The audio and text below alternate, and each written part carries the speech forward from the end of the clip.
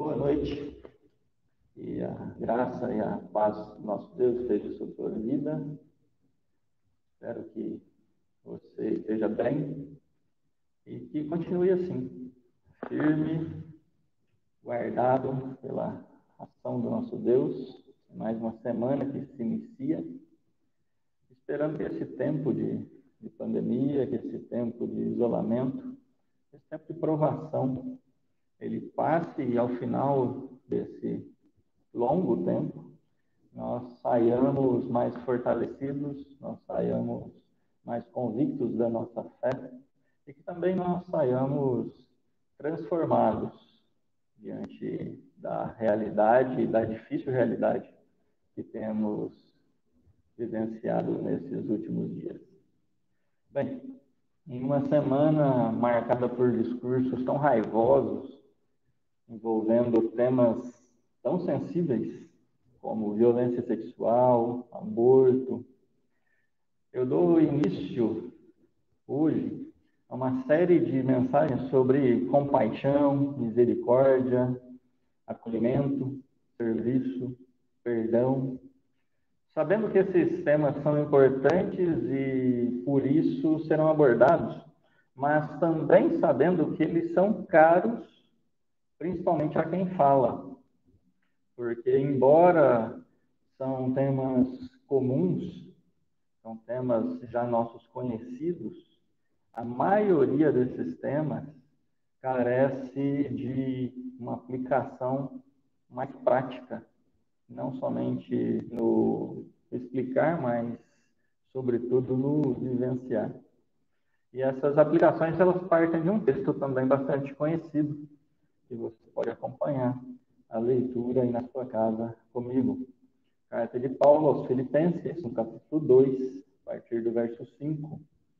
E a palavra de Deus diz assim: tem em vós o mesmo sentimento que houve também em Cristo Jesus, pois ele, subsistindo em forma de Deus, não julgou por usurpação o ser igual a Deus. Antes, a si mesmo se esvaziou, assumindo a forma de servo, tornando-se em semelhança de homem, e reconhecido em figura humana, a si mesmo se humilhou, tornando obediente até a morte e morte de cruz.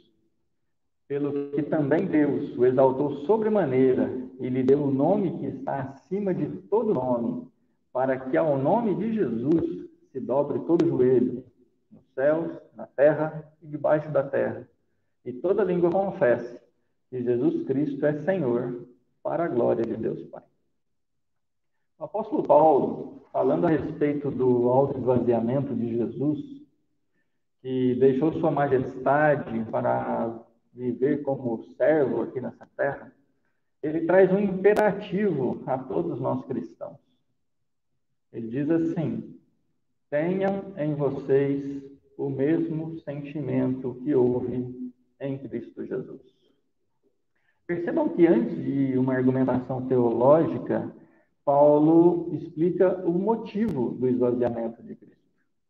E Paulo, então, nos adverte, na verdade, mais do que adverte, ele coloca como uma norma, ele coloca como uma ordem dada a nós, que é nosso dever desenvolver esse sentimento que havia em Jesus Cristo.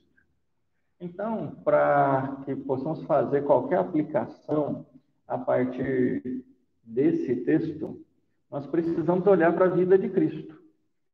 E por isso eu convido você a me acompanhar numa outra leitura, que é a leitura do Evangelho de Lucas, no capítulo 23, a partir do verso 33.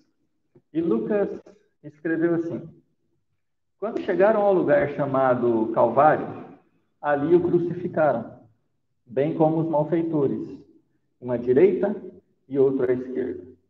Contudo, Jesus dizia: Pai, perdoe-lhes, porque não sabem o que fazem. Então, repartindo as vestes dele, lançaram sortes. O povo estava ali e a tudo observava. Também as autoridades zombavam e diziam: salvou os outros, a si mesmo se salvem, se é de fato o Cristo de Deus, o escolhido. Igualmente, os soldados o escarneciam e, aproximando-se, trouxeram-lhe vinagre, dizendo: se tu és o rei dos judeus, salva-te a ti mesmo. Também sobre ele estava esta epígrafe, em letras gregas, romanas e hebraicas: este é o rei dos judeus. A reflexão dessa semana diz respeito à forma como compartilhamos a nossa crença.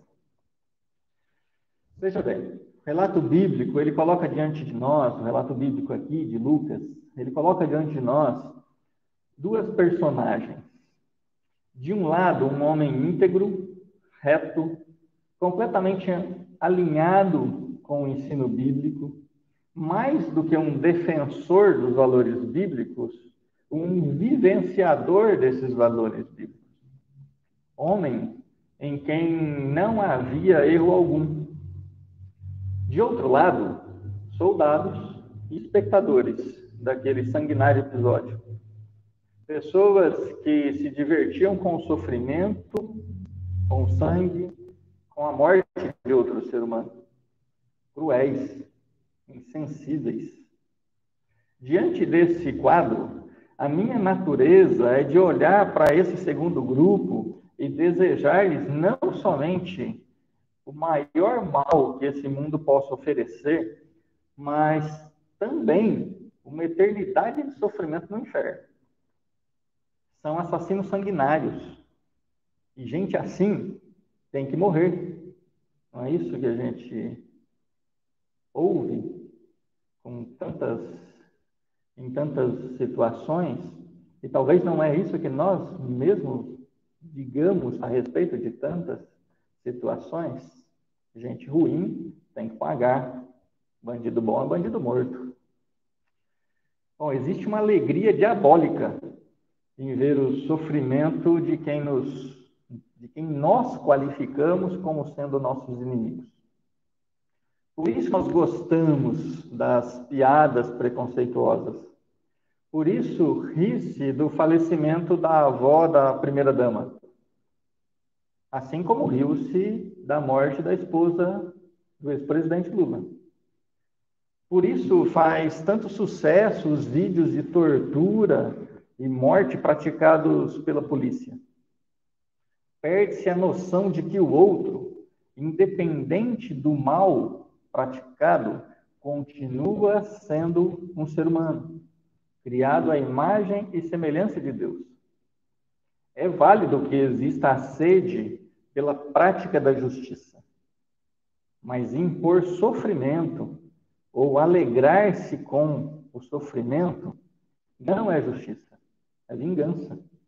E aí precisamos lembrar do que lemos na carta aos Hebreus, no capítulo 10, versículo 30. E lá encontramos: a mim pertence a vingança, eu retribuirei. A vingança pertence a Deus. A ação de retribuir pertence a Deus. E em Tiago, no capítulo 1, verso 20, nós lemos que a ira do homem não produz a justiça de Deus. Fazer justiça pelas próprias mãos, ou pela própria boca, ou usando as nossas ferramentas de mídia social, não é justiça. Isso é raiva, isso é ódio, isso é ira, isso é vingança. E nada disso provém do Deus a quem nós servimos. Aqueles soldados e aqueles judeus que acompanharam a crucificação não viam um ser humano pregado numa cruz com o rosto marcado da surra. Eles viam um sinal de vitória. Alegravam-se com isso. Festejavam a sua vitória. Quanta pobreza espiritual nos revela esse tipo de comportamento. Quanta desumanidade, quanta insensibilidade nos revela esse tipo de comportamento. Mas, diante disso tudo, nós encontramos o outro personagem. Nós encontramos a Jesus, espancado, com feridas abertas, quase sem forças, humilhado, alguém que teve seus direitos ignorados. Este alguém que, com o restinho de suas energias, poderia rogar uma praga contra aquelas pessoas ali, ao invés disso, diz: Pai, perdoa-lhes, porque não sabem o que fazem. O sentimento de Jesus, o sentimento que houve em Cristo, usando a expressão de Paulo, certamente abriga o abrir mão da vingança e o desejar que a bênção de Deus atinja as pessoas que nos fizeram mal. Ter o mesmo sentimento que houve em Cristo é deixar de lado, para trás, de uma vez por todas, tudo aquilo que nós entendemos como sendo justiça, para que a justiça de Deus seja praticada nas nossas vidas e sobre a vida das pessoas. Que Deus nos ajude a discutir ideias sem odiar pessoas. Que Deus nos ajude a termos sede de justiça e não sede de morte e sofrimento alheio. Que Deus nos ajude a termos o mesmo sentimento que houve em Cristo Jesus, nosso Senhor e Salvador. Que Deus abençoe a sua vida.